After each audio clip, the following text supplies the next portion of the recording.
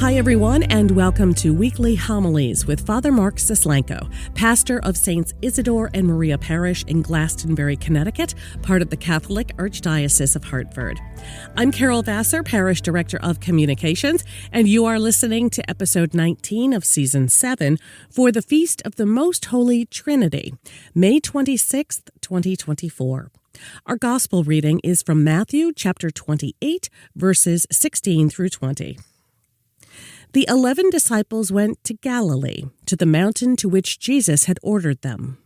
When they all saw him, they worshipped, but they doubted. Then Jesus approached and said to them, "All power in heaven and on earth has been given to me. Go, therefore, and make disciples of all nations, baptizing them in the name of the Father, and of the Son, and of the Holy Spirit, teaching them to observe all that I have commanded you. And behold, I am with you always, until the end of the age." The Gospel of the Lord. As we gather on this Feast of the Most Holy Trinity, it begs the simple but somewhat complicated question of what is our relationship with the Blessed Trinity? What role does the Holy Trinity play in my life? The answer to that question is going to depend in great part upon our relationship with God in general. Our relationship with God mimics other kinds of relationships we have in our lives. For example, we can have a relationship with our coworker that's very task-orientated in what one might deem superficial. We can have a relationship with our spouse that is much more intimate, that claims a part of who I am. And so there's this spectrum of relationships that play out in our lives. As you look to God, where is He in that spectrum? You see, sometimes we treat God as the coworker. We're cordial. We say hello. We give him his due, but he really doesn't have much to say about our lives. Sometimes we relate to God as if he were some kind of slave at our beck and call to do what we need him to do, what we want him to do, what we plead for him to do. And we make God into an image and likeness of ourselves rather than allowing God to be who God is. So depending upon our relationship with God in general, it is going to then depend upon our relationship with the Trinity in particular. Because for many, the doctrine of the Trinity is simply that, the belief that God is one in three persons, and it stays there in the closet of doctrine. But how can it have some import and relevance to our lives? How do we take a relationship with God and kick it up a bit and make it more intimate? How do we find relevance in the Trinity today and now? The answer to that question comes by thinking a bit about how God works. How God works. Meister Eckhart, tremendous theologian, spiritual master, writer, mystic, said that God's noblest work is to give birth. Think about that for a minute. God's noblest work is to give birth. And that makes sense because one of the most profound acts in salvation history is when God became one of us in Jesus Christ. God gave birth to himself in humanity and walked among us. It wasn't an event that just happened then and stopped. It's an event that happens over and over again anytime God creates. As I've mentioned many times before, God doesn't create something at a distance. But when God creates, he invests himself into creation, into the very stuff that we see around us, into very life itself. And the imprint of God's divine love is left in a very intimate and special way in all that he makes, in all whom he makes. And so God has given birth to himself in you and I. In you and I. It's not something we have to ask for. It's already done. God has already breathed his life into us. And that life is a Trinitarian life. He breathes it in as Father, Son, and Holy Spirit. So, if we believe that, then we believe that in the essence of our soul, the depth of who we are, God lives as Father, Son, and Holy Spirit. Because that's God's noblest work, to give birth. And so you sit there and you hear me say that tomorrow morning. You say, Father, that all makes good sense, but how do I know that it's true? How do I know that what you say is in fact true and has some relevance and some meaning? Well, I'm going to tell you. And you will leave here today knowing how you can take the doctrine of the Trinity and make it real for you today, right now. If you look at God as he works throughout salvation history, from the moment of creation on through, and continuing through today and on into the future, one of the marvels, if you step back and you look at the story of salvation, is how the Holy Trinity just seems to know what to do. You know, the Father knows who he is, the Son knows who he is, the Holy Spirit knows who he is, and it all orchestrates and works together throughout history. There's never a question among them about who's doing what, about who they are, or what their purpose is. The three persons in one God act in an orchestrated harmony. And it's really wonderful to behold how the ins and outs and how God comes and enters into human history. And it all just weaves together in this orchestrated harmony of beauty. And God lives in harmony. The Trinity doesn't have to question itself. It simply is, bound and enveloped in love and filled with joy and filled with life.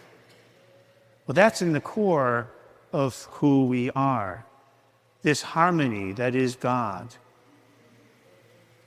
Now, every human being has a desire for harmony. Every human being has a desire for harmony, for balance, for putting the pieces of their life together. Did you put that within yourself, that desire? Most absolutely not. That idea for balance, that desire for peace, that desire to know who you are and where you're going and what this whole business of life means is placed in you by God. Because as all desires that lead to God, they all start in our soul. Just like faith, just like hope, and just like love. When we follow them to where they go, we stumble upon God. And so whether we realize it or not, this need for balance, this need to put our life together, the need to put the pieces of our life together, the need to orchestrate our life so that it has meaning, that it has direction, that it has purpose, is God working within us saying to us, I am here. Follow me for what you seek. I am within you as Father, as Son, and as Holy Spirit. When something is orchestrated, it's raised from the normal to the beautiful. When David puts the choir voices together and they sing a hymn in unison, it's beautiful. But when they really use their gifts and they add harmony to the mix, it raises the beautiful to the extraordinary, and it can lift us up because it takes something that's good and makes it better. And that's how it is with us. This need for balance, this need for harmony. If we don't realize that that is a call from God, then we're going to do what a lot of people do and what we ourselves do at times. We're going to look for that balance elsewhere. And it's not going to be the right place. We're going to think we can find it in the technology of our life, We're going to think we're going to find it in our job. We're going to think we can find it in our career, how successful we are, how large of a house we can buy, how much of a bank account we can accumulate. We're going to look for that harmony and that balance and pleasure in trying to satisfy these deep-seated passions.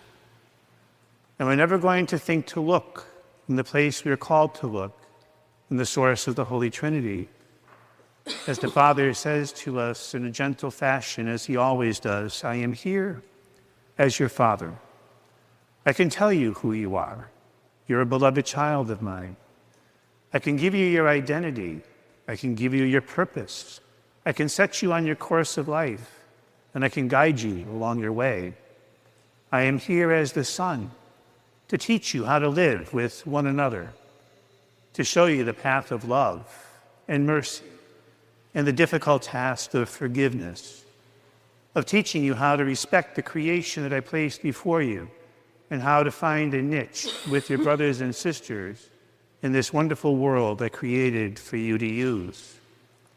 I am here within you as the Holy Spirit to inspire your thoughts, to guide your actions, so that you live your life more in conforming with my will and the task of the gospel. I am here, God says to us, as Father, as Son, and as Holy Spirit, today, right now, to choreograph our lives. Meister Eckhart had another incredible analogy that I'll leave you with today. He said that, our life with God is like running a race. And he said, sometimes we put ourselves out there first and we're leading this race and God is somewhere behind. Those are the times that we're following our own passions, our own self-will, what we want, what we think we need to achieve, what we think we want to have, where we think we want to be, what I think we want to obtain, I want to obtain. It's the exercising of the self-will. And God is behind here somewhere. And we often don't even take a notice that he's there. And Meister Eckhart said that's the worst place to be, because that will end up in destruction. He says sometimes we run this race of life in partnership with God, side by side, running together. And while that looks good and we're entering into virtue and we're doing the work of God, at some point, running side by side, life is going to get difficult and challenging for us. Something is going to break. Something is going to need to be fixed. And we're going to take our eyes off of where they're supposed to be. We're going to put them on ourselves, and we're going to turn to God and say, God, fix me. And we're going to want God to fix what we think is broken. And we're going to lose our gaze and lose our focus. And we're going to find ourselves off track because it's going to become less about God and more about me.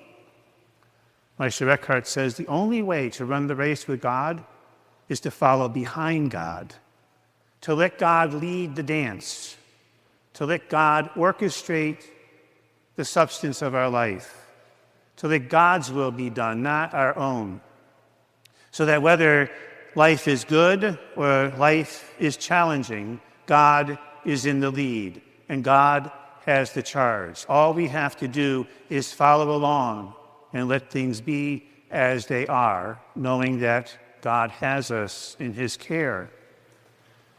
You see, when we really believe that the Trinity is alive in our hearts, then we can trust that God is choreographing our lives. What a freedom is released from us. We don't have to control it anymore. We can allow God to be God, to show us who we are, show us our path to one another, and inspire our thoughts and actions. In doing God's will, we find the peace and the joy and the love that we so seek. There's one thing about a nicely choreographed dance or a beautifully harmonized piece of music. It has a very pleasing effect. Then as we go out into the world, as folks led in the dance by God, our lives too will have a pleasing effect on others. Father Mark Sislenko is the pastor of Saints Isidore and Maria Parish in Glastonbury, Connecticut. Learn more about our parish community at isidoreandmaria.org and follow us on social media, Facebook, Twitter, and Instagram. Our music comes free of charge from Blue Dot Sessions in Fall River, Massachusetts. I'm Carol Vassar. Thanks for listening.